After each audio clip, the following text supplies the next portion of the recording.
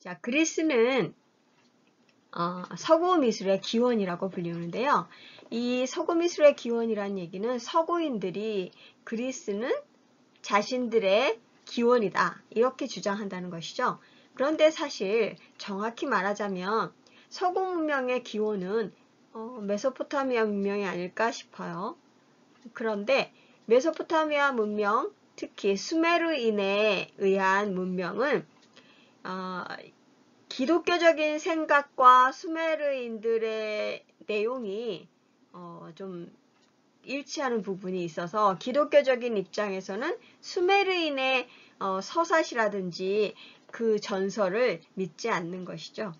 네, 그래서 그리스 구약 성경이 기준이 된, 기반이 된 시작이라고 생각을 하기 때문에 자신들의 서구 문명의 기원은, 서구 미술의 기원은 그리스다 이렇게 얘기한다고 볼 수가 있습니다. 자, 그러면 폴리스 국가였던 그리스는 이렇게 폴리스라고 하는, 이렇게 우리 경찰을 폴리스라고 하잖아요. 그게 한 지구대 다 폴리스라고 부르는데 그게 바로 이 도시들을 나타내는 뜻입니다. 그래서 도시국가, 도시국가를 폴리스라고 합니다. 그래서 아크로폴리스라는 얘기 들어봤죠? 그리스에 가면 아크로폴리스 광장을 가게 되는데 거기서 유명인들이 연주회를 하기도 하고 그렇게 하죠. 그 유적지에서. 그래서 이게 이제 소규모 공동체들이 모여서 폴리스로 발전을 하게 됩니다.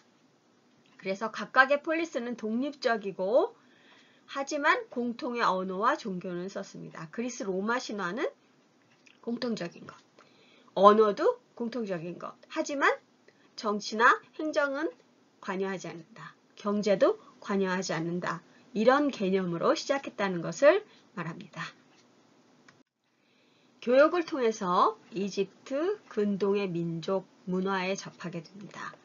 물론 이미 그리스나 메소포타미아의 문명이 기반으로 깔려 있었다고 보는 것이 더 정확하겠죠. 왜냐하면 크레타, 이 밑에 지금 지도에서 안 보이는 크레타 부분에서 크레타 자체가 동방의 영향을 받았으니까 그 영향을 받은 크레타 민족들이 그리스 남부로 진출을 하게 됩니다. 그러면서 그리스의 기반이 된 것이고요. 아카디아인들이 내려오면서 그리스의 북부에 자리 잡게 되죠. 처음엔 공주를 했다가 그리스가 미케네가 커지면서 미노스를 정복해버리고 말게 되죠. 그러니까 여기에 있는 트로이도 그 당시에 정복됐던 곳이라는 것이죠.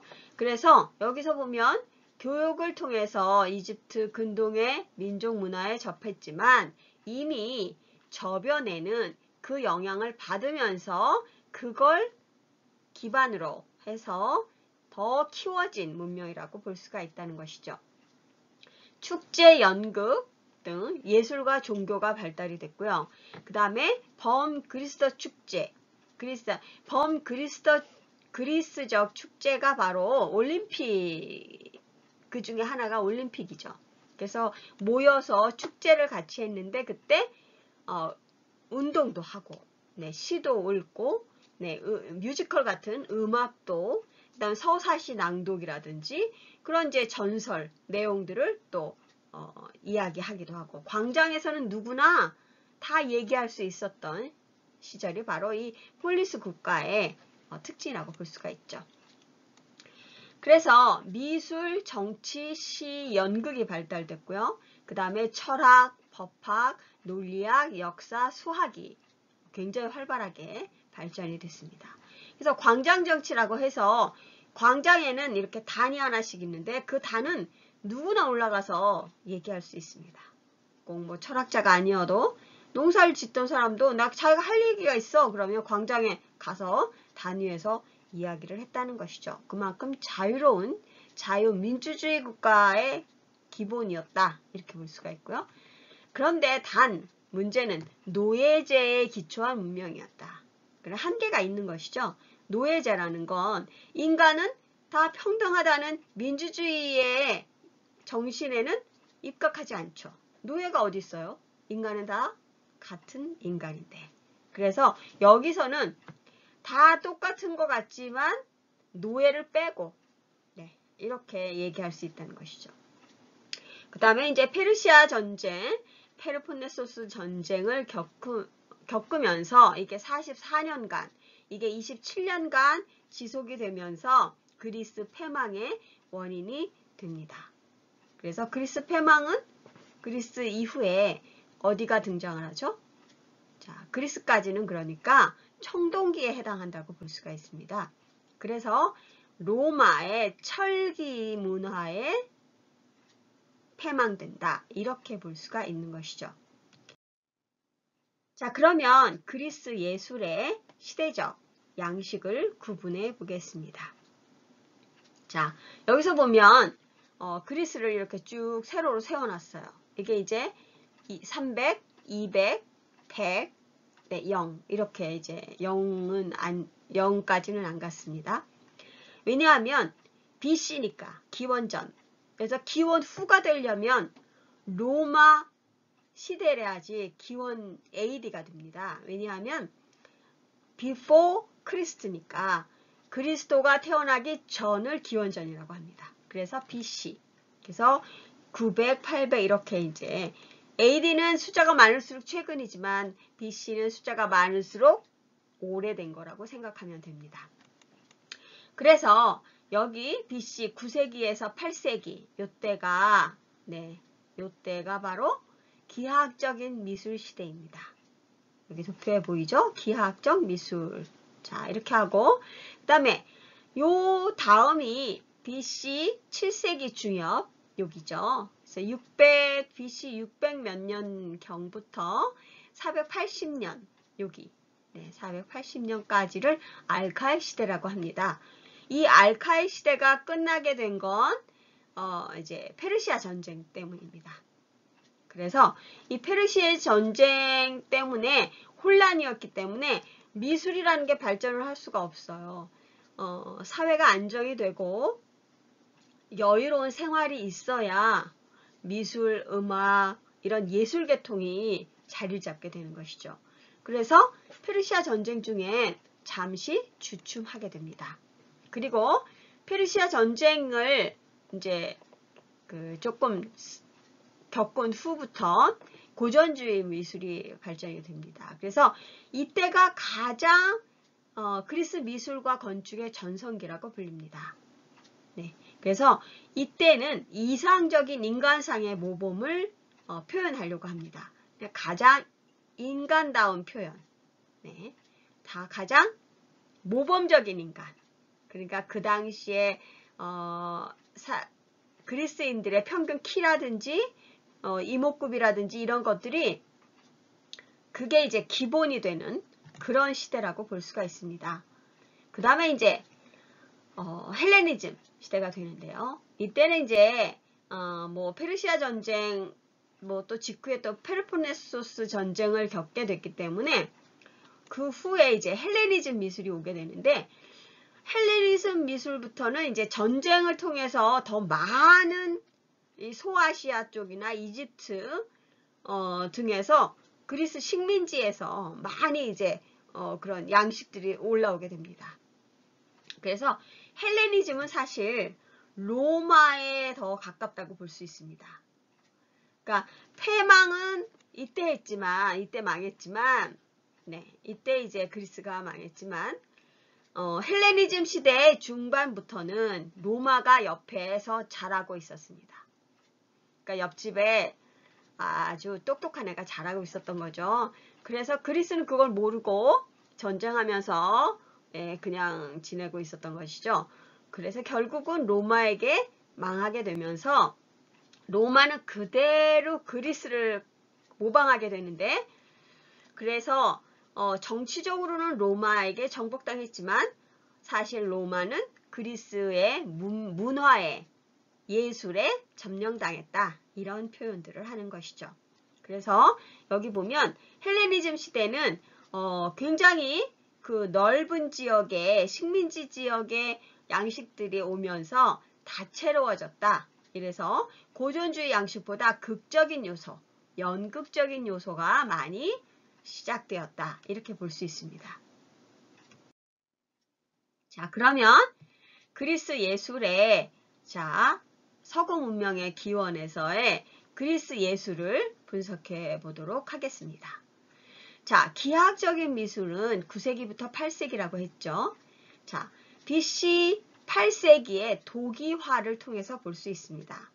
이때까지는 뭐 조각이라든지 이런 것보다는 이제 그림도 벽화를 그리기 전에 이제 도기화가 만들어졌습니다. 청동기 시대에 만들어진 도기라고 볼 수가 있죠. 그래서 여기 보면 장례용 도기예요. 장례용 도기란 뭐냐 하면 장례를 하기 위해서 거기에 이제 그 유품 뭐 이런 그런 것들 중요 장기 뭐 이런 거를 무덤에 묻기 위해서 만들어 놓은 도기예요.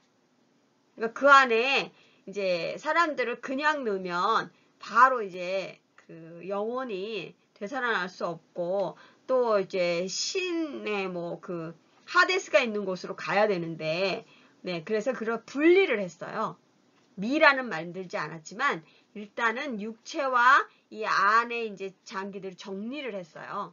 그래서 이런 도기화가 필요했고 여기서 보면 장례용 도기의 그림에서 보면 요게 이제 그림들이 쭉 그려져 있는데요. 여기 말도 그려져 있거든요. 말도 그려져 있어요. 네. 근데 말이 한 마리가 아니에요. 포개져서 여러 마리가 그려져 있는데 그 말들의 모습을 보면 네, 말을 이 죽은 사람이 말을 몇 마리를 가지고 있었는지 이런 것까지 기록을 했다 그 얘기예요. 그래서 이제 이게 장례식 장면을 그림으로 옮긴 거죠.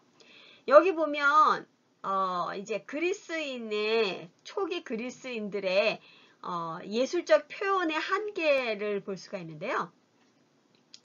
역삼각형 상체를 그렸어요. 이렇게. 그러니까 역삼각형 상체란 뭐냐 하면 이렇게 상체를 그렸다는 거예요. 이렇게. 이게 몸이야. 이게 어깨죠. 그러니까 여기가 어깨. 그 다음에 여기에 이제 머리를 그렸는데 여기 동그라미가 머리예요. 아, 동그라미가 잘 안 그려졌는데 하여튼 동그라미가 머리예요. 그래서 원에 점을 하나 찍어요. 이게 얼굴이에요. 그러니까 이렇게 점을 하나 찍어서 이게 얼굴이죠. 이게 몸이에요. 그 다음에 다리를 좀 밑에다 이제 그리긴 그렸는데 뭐 정확하게 그렸다기보다는 여기는 다리는 허벅지는 좀 두껍고 발은 아주 얇게 이렇게 그렸어요. 그러니까 말하자면 어린아이들이 사람 그리라고 하면 이제 그 젓가락처럼 그리는 초기 그림 수준이다 이렇게 보면 되겠어요. 그런데 이게 장례식이잖아요. 그러니까 슬퍼야 되잖아. 사람이 여기 누워있는데. 근데 재밌는 건 뭐냐면 사람이 옆으로 누워있어요. 장례식에 옆으로 눕히는 건 못 봤죠. 지금도 그렇고요. 그런데 왜 옆으로 눕혔느냐? 옆으로 눕혀야지 사람이 거기 눕혀있는 걸 알잖아요. 그래서 머리도 여기 동그랗게 그리고요. 그 다음에 옆으로 이렇게 역삼각형을 만들었어요. 그래서 여기에도 보면 이렇게 삼각형이 이렇게 보이죠. 이렇게. 네, 여기 머리가 있고요. 자, 이래서 이 사람은 죽은 사람이에요. 그리고 나머지 사람들은 남아있는 사람들이니까 슬퍼해야 되잖아. 근데 슬픔을 어떻게 표현했을까요? 네, 머리에 여기서 팔이 나왔다고 치고 이렇게 머리에다가 이렇게 팔을 얹었어요. 이렇게 하고 있는 거야. 우리 울 때 어떻게 울어요? 잉잉잉잉 울잖아요. 이 사람들이 그렇게 울고 있는 거야. 그래서 슬프다는 거죠. 슬픔을 표현했어요. 그래서 세부 묘사가 거의 없는 인물 묘사의 단순함. 그 다음에 검은 단색의 색상이 이제 특이점으로 나타내는 것이죠. 그리고 수는 전부 병렬로 배치했어요. 그러니까 사람이 많았다는 거예요. 이 장례를 치르는 이 죽은 사람이 후손도 많고 노예도 많고 부자였다는 거예요. 하기야 부자였으니까 이런 도기에다 그림까지 그렸겠죠. 네, 가난한 사람이 도기에 그림까지 그려서 장례 도기를 만들진 않았겠죠. 그러니까 특별한 사람이었던 것 같아요. 그래서 말도 여러 말을 가지고 있고 이런 것들을 이제 여기다 표현을 해놨어요. 그리고 다 그걸 겹치지 않게 병렬로 표시했다. 이게 이제 기하학적인 시대의 미술의 형태라고 볼 수가 있죠. 그래서 이 사람들은 이렇게 표현하는 게 최선이었다. 그걸 이해하면서 우리가 보면 되겠어요.